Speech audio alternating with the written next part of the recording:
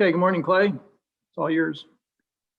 All righty. Good morning, guys. Been a great week of work. I tell you, it's been unique. This is really my first time really having a couple weeks after a spring showcase, and it's been really beneficial. I'll be honest with you. To be able to come off that game and make corrections this week, usually don't get that opportunity. We've been able to correct off that game. We've also been able to have the opportunity to install some new thoughts, new personnel grouping, and some new ideas, both offensively and defensively, as we get ready to finish off this training camp and head into the fall.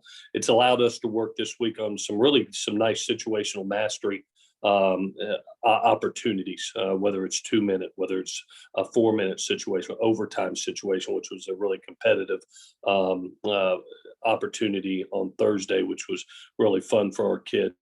And then it's allowed us finally to kind of move some guys around and be able to dual train in some other positions, especially on the offensive line, as well as the secondary, to secondary train some different positions. As you know, when injuries come up, they have that versatility to be a multiple position guy is beneficial, a la what we saw last year with Elijah Vera Tucker, how he dual trained through his career. And obviously it paid off, it's going to pay off for him. So it's been a really good week of work. I'm looking forward to getting out there today on the grass, full pad physical practice, and finish off a good week with 1 week to go. So with that, I'll take any questions that you got. All right, thanks, Clay. We'll start with Adam Grossbard. Clay, just kind of building off of that, curious where you see as the areas for correction and improvement from the spring game.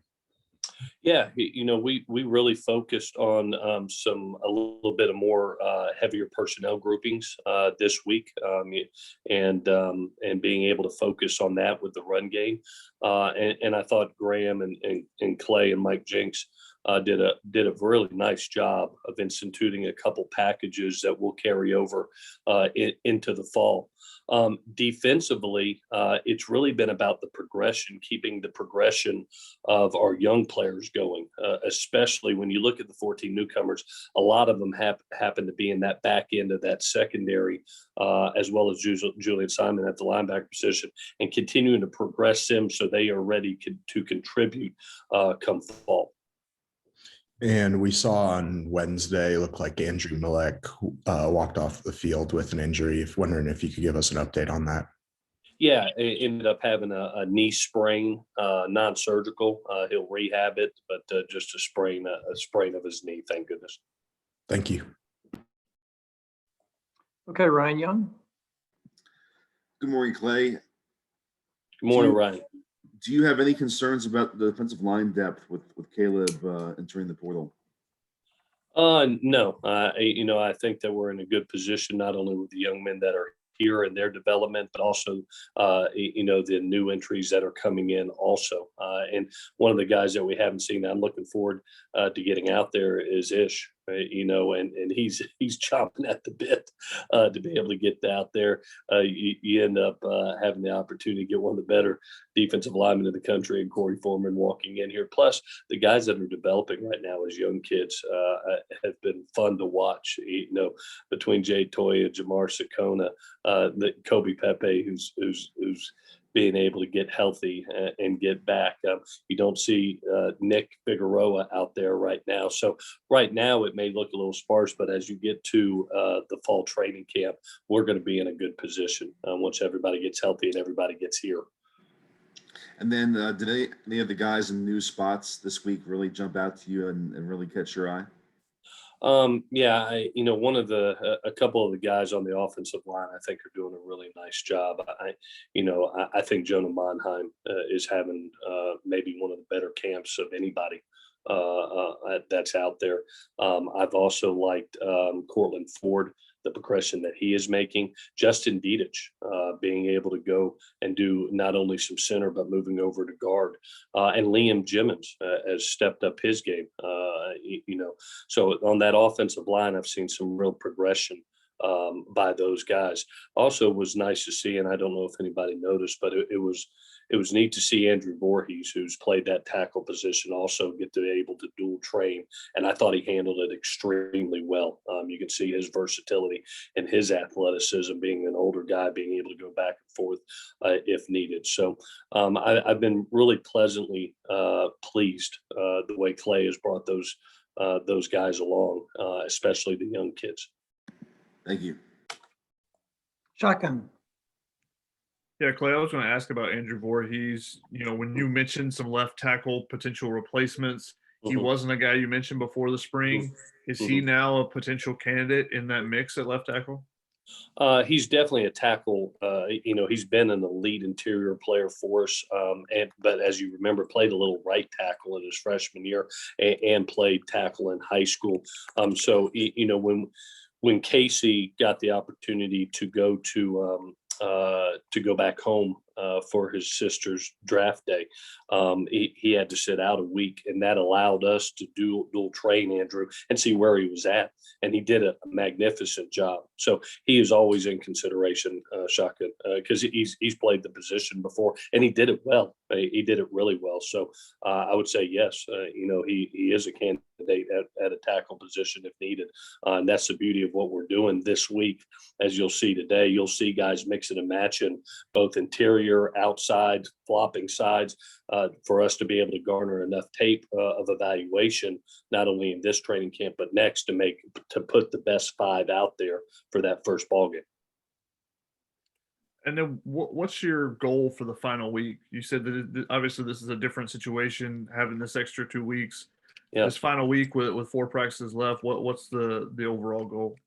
Yeah, definitely. Like I said before, Shotgun, I really like what our plan was going into this. One was to put our team in some more situational mastery situations, in moments in the game that they get used to. So it's not the first time they've seen it. You try to get that done in training camp situations.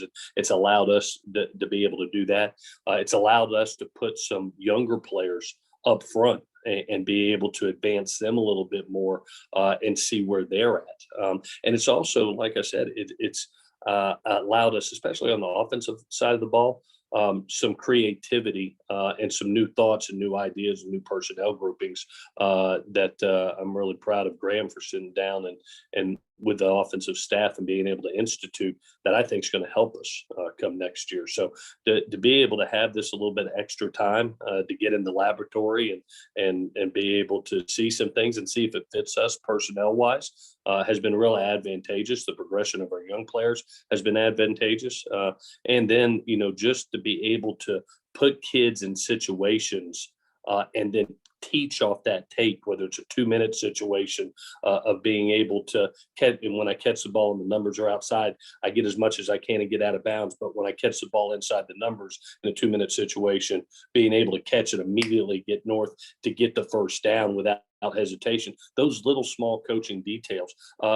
A overtime situation that we were in Thursday where one team scores, we actually carried to the second overtime. The new rules have come into play. The new overtime rules have come into play. So we were able to give our team those situations and put them in those situations and be able to make it like when I'm the first offense out, and I've got a third down as a quarterback, I have to reserve our right to kick. Well, they score a touchdown. Now we come back and it's Keaton's turn to be able to go out there, and he's got a 4th down situation. What's got to happen? I'm down 8. I must throw the ball. I can't take a sack. I must throw it in the end zone. I must give my kid a chance, which he did, and we score to carry it to another overtime. So those type of special situations and being able to coach off that has been really advantageous to us. Okay, we'll go to Ryan Karchi. Hey, Clay. Obviously, by this point, you've seen a lot out of Stephen Carr and Vavai Malapaya over the years, but how much has Keontae kind of pushed those two, especially given the fact that, you haven't had Keontae around? Mm-hmm. I think him and Brandon Campbell have raised the bar in that room. It's been neat to see those kids, gel and bond together and really support each other. But it's also, you can see the competitive level. There may not be a better really group that is playing as well right now than the running back group, especially this week. I thought they've done a tremendous job. So a competition raises all our games, and you have some veterans in Vavai and Steven that have played a lot of football for us, and then you bring in two talented young men in Keontae and Brandon Campbell. God, and you see Vavai and Steven's level even raised more. And that's what competition does. And so we're in a really good place. That competition has really made that group, I think, extremely strong. And it's something that I look forward to. You never can have enough good backs. It's the most violent position you got to be, because you're hit all the time, whether you're getting tackled, whether in pass protection, and you got to be a guy that can carry it 20 to 25 touches a game. So to be able to have those quality kids in the room right now is really special. And it's been neat to see everybody raise their level because of that competition. And being that vaccines are now open to everyone in California, how much have you spoken with the team, I guess, just in general, about getting vaccines, or how much has that been part of the message? Yeah, definitely. We addressed it within our team meeting. One, I'm thankful for our university to be able to supply those opportunities.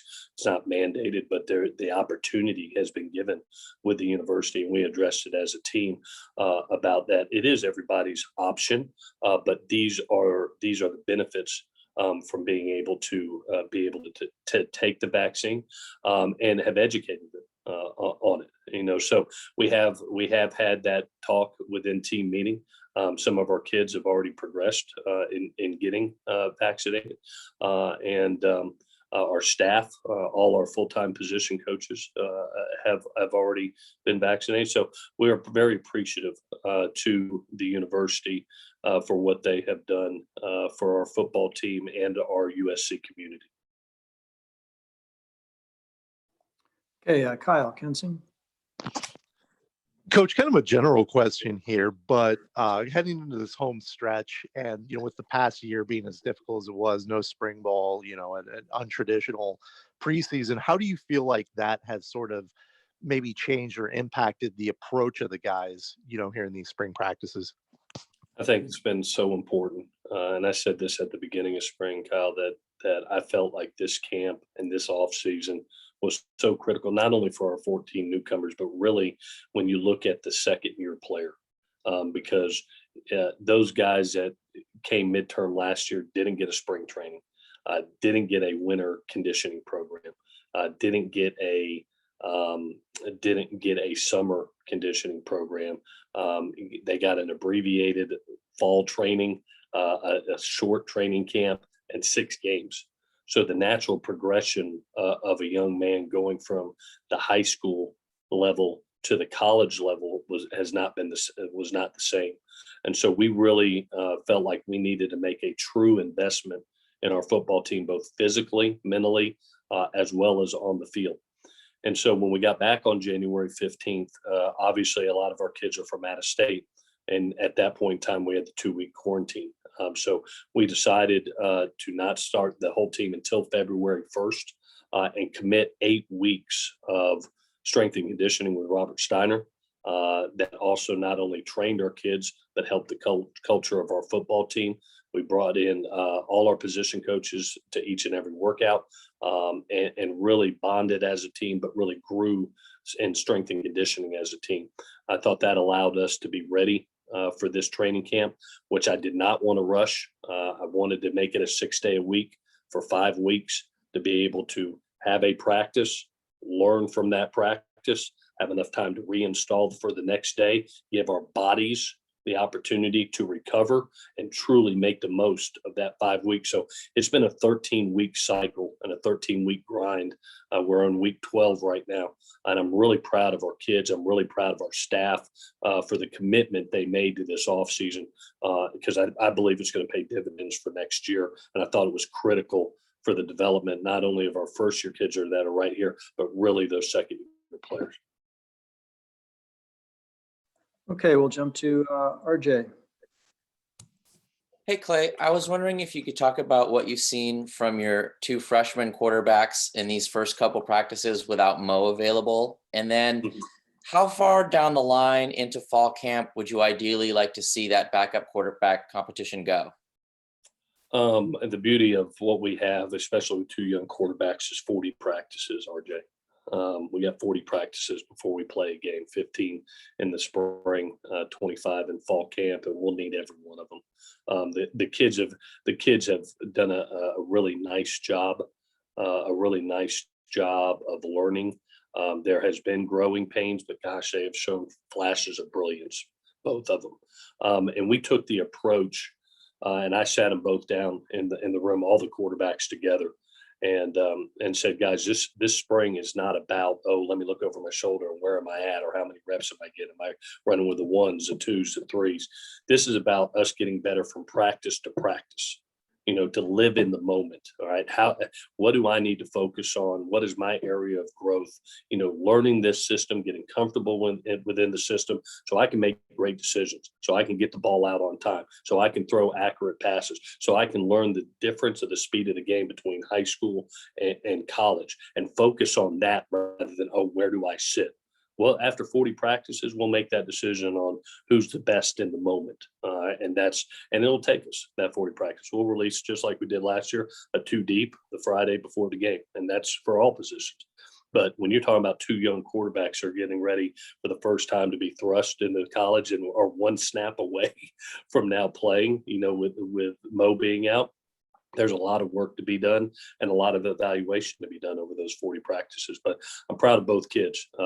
There's been growing pains, but man, they're coachable and they're learning each and every practice, and they're getting better each and every practice. And you can see just the brilliant play that those kids are going to have in the future. They're two really talented kids and coachable kids. Thank you, RJ, for that question. Thank you.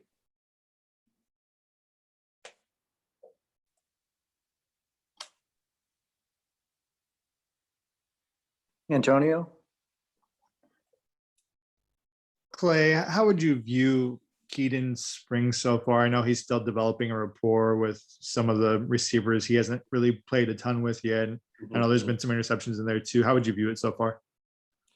Well, one of the things that always happens against TO's defense is it creates the opportunities to make a mistake. So I love going against it, especially. You won't see a harder defense as far as disguised coverages, disguised blitzes. For a quarterback, it's the greatest training session you could possibly have. And obviously, when you have the number of reps that he's getting, everything's not going to be exactly perfect. We try to be each and every day. But what I have appreciated about him, especially over this last week, is to see the experience shine through in some of our situational stuff.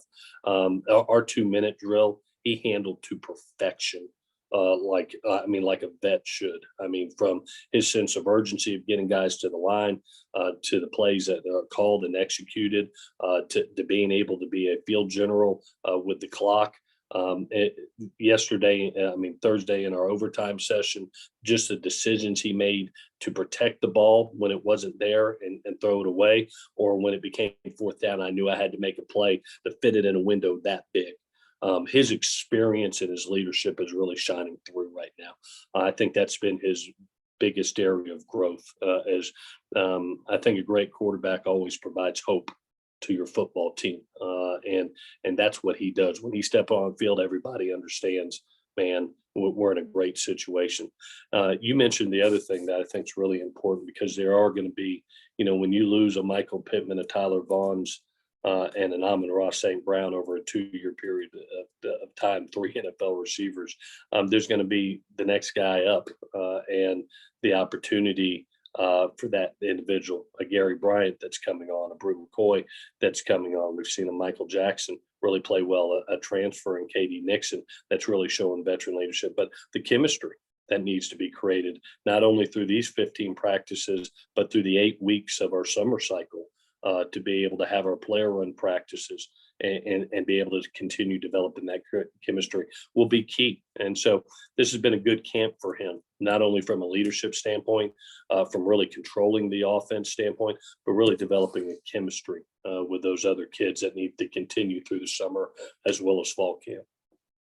And as far as vaccinated players go, do protocols ease a little bit for them once they get vaccinated? Say it one more time, Antonio. I'm sorry. I said, as far as vaccinated players go, do protocols ease a little bit for them once they get vaccinated? Yeah, there's some things that end up happening. One obviously is when a young man travels, if you're vaccinated and is coming back within state, that quarantine is not applied anymore. It will as we move forward, and if we keep trending in the right direction, our amount of testing may diminish a little bit, which right now we're testing every day and really twice on practice days. And then lastly, it does help you with any close contact situation. So there will be a lot of benefits that come from it, and their health. So there are some things that really help from a protocol standpoint, but obviously it's for also their health protection. So I hope that answered your question, Antonio.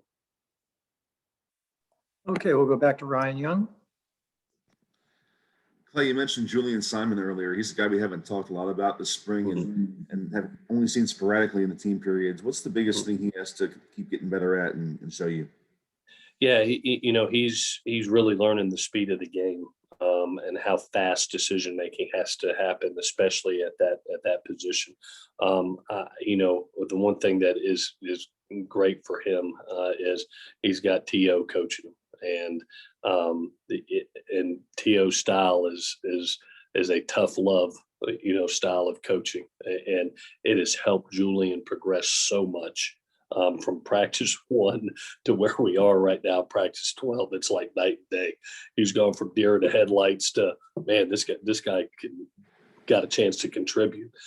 So you'll get to see him today. We're going to put him in some situations. He's really in a place now that I think he understands the defense and is really playing some nice ball. So you're going to get the opportunity to watch him in some live situations today if you're out there and get to watch him play. But I like his progression. Very coachable kid, tough kid, shows good athleticism, good size. And when he hits you, Mercy, he's a heavy body that it hurts. He runs through you. So he's got a bright future, and I love how coachable and his sense of urgency to help this football team. And then you praised the impact that Clay McGuire's had. Now that you've seen him do it for a few weeks, is there one specific thing that he's done differently with that group, just per his style? I think it's really, like I said before, Ryan, it's really his knowledge of the system and how he has simplified some things for that offensive line, especially for the young players, in some calls that are made, and some thought process that is made. I think that he's helped simplify it mentally for them, and it's allowed them to play faster. Especially, I look at those second-year guys, and we get Casey back today, who was really coming on prior to leaving to go home. I've watched how fast they've progressed in this training camp, and so I think he's doing a great job of simplifying things for across the board, which has allowed us to look at a Justin Dieters from center to guard. It's allowed an Andrew Voorhees to go from guard to tackle. It's allowed some younger players to really excel and don't look mentally handcuffed a little bit. And so it's something that I've enjoyed watching. I've enjoyed watching their progression, and he's doing a really nice job with those kids. Okay, we'll finish with a question from Shotgun. Clay, anyone that caught your eye differently after watching the tape on the spring game? You talked to us a little bit about the guys that caught your eyes initially, but watching the tape, anything different? Yeah, one of them we already talked about, Shotgun. That's where I brought it up. I thought Andrew Voorhees, given that opportunity, I thought made the most of it. He showed his versatility. He showed just what a veteran he is. The other guy that really stood out to me, it was a young person in Jake Toya, and just how far he has come from day one. I wish everybody could have seen him day one. When he stepped on campus compared to where he is at right now. It is literally night and day. But he is somebody that, when he is put in a competitive drill or live drill, you're talking about off the field is the sweetest human being you will ever meet. But I mean, I don't know who he becomes when it's a competitive situation. He is a different person. And it has been really neat to see how talented he is, but also what an unbelievable sense of urgency that guy has to be great and to help this team next year. So I think those were the two big men. I was focused on the big men in that since we had 100 live snaps. I thought it was a great opportunity to focus on the big men. Those two big men I thought stood out to me. I hope that answers your question, Stockton. Okay, Clay, appreciate you joining us. Reminder to the media that today's practice starts at 11:25 and is open for media viewing. And our next Zoom session will be next Tuesday, 8 a.m. We'll have Coach Jinks and Vi Malapai and Stephen Carr with us. So with that, hope to see you this afternoon or this morning, and wish everybody a good day. Thank you. All righty, guys, fight on.